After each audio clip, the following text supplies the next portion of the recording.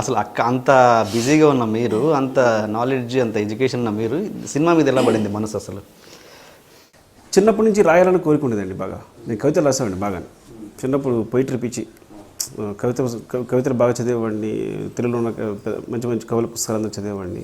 చిన్నప్పుడు ఏంటంటే మీకు చిన్నప్పుడు పెద్ద వంశీ గారి సినిమాలు జరుగుతుండేవి మా స్కూల్ ఎదురుగుండా.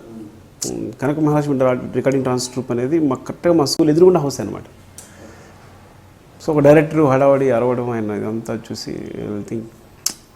సో అప్పుడే కొంచెం ఫస్ట్ టైం ప్యాషన్ అనేది క్రియేట్ అయింది. సో అక్కడి నుంచి రైటర్ అవుతానే ఉంది.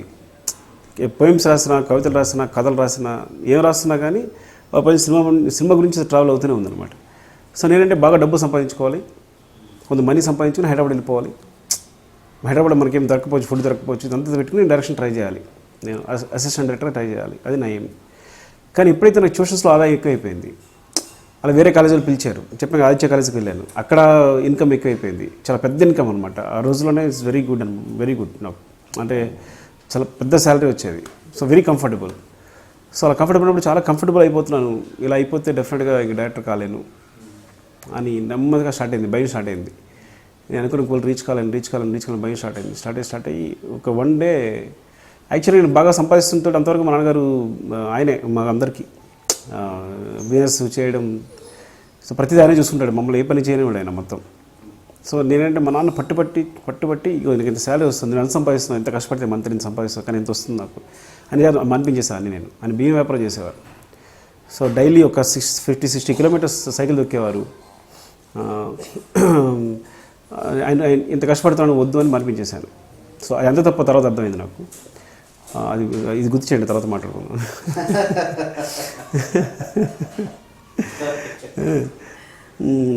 సో అప్పుడు ఏంటంటే మనిపించేసి జాబ్ చేస్తున్నప్పుడు ఇంకా మళ్ళీ స్టార్ట్ అయింది. చెప్పలేకపోతున్నాను క్లాసెస్ చెప్పలేకపోతున్నాను. అంటే స్టూడెంట్స్లో మంచి పేరు ఉంది, మళ్ళీ బ్యాడ్ అయిపోతాను, నేను సరిగ్గా చెప్పలేకపోతున్నాను. ఇంకా అదంతా వెళ్ళిపోవాలని ఉంది. ఏదో నైట్ అంతా రాస్తున్నాను. అంటే ఎలా ఉంటుందంటే నాకు దగ్గర రహస్యం ఇది ఉంది.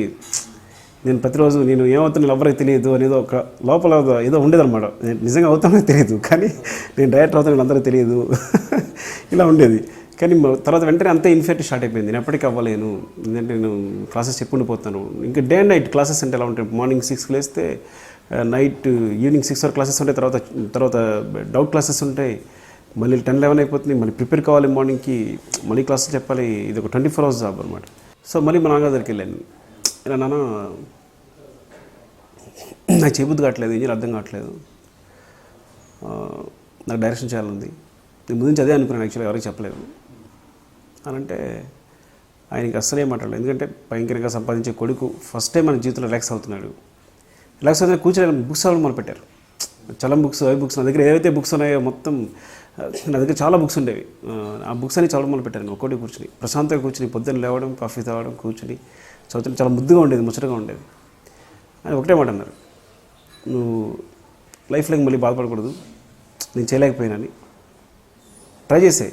జరుగుతులేదు తర్వాత విషయం అసలు ముందు అది కూడా చెప్పాను. జరుగుతులేదు నమ్మకం లేదు, నాకే నమ్మకం లేదు, కానీ నాకు ఇంట్రెస్ట్ కలగట్లేదు, చేయడం కలగట్లేదు అంటే.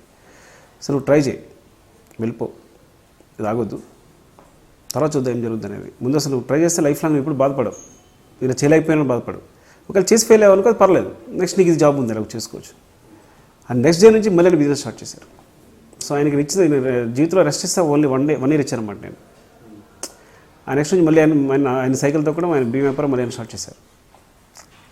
సో నేను హైదరాబాద్ వచ్చేసాను. అంటే ఇంకా ఆ టైంలో కూడా ఆయన మేబీ ఈ విషయం జరిగేసరికి ఆయన 73 సంవత్సరాలు అనుకుంటా. 73 సంవత్సరాల వయసులో మళ్ళీ నేను కష్టపెట్టాను నేను. సో ఆ విషయం ఎప్పుడు బాధగా ఉంటుంది నాకు. ఇప్పుడు కాలేజ్ జాబ్ మానేసి హైదరాబాద్ వచ్చేసాను. హైదరాబాద్ వచ్చి మళ్ళీ ఇక్కడ స్టార్ట్ చేశాను. ఎవరి దగ్గర అండి ఫస్ట్ మీరు జాయిన్ అయింది? ఫస్ట్ నేను ఎడిటర్ మోహన్ గారి దగ్గర స్టార్ట్ అయ్యింది.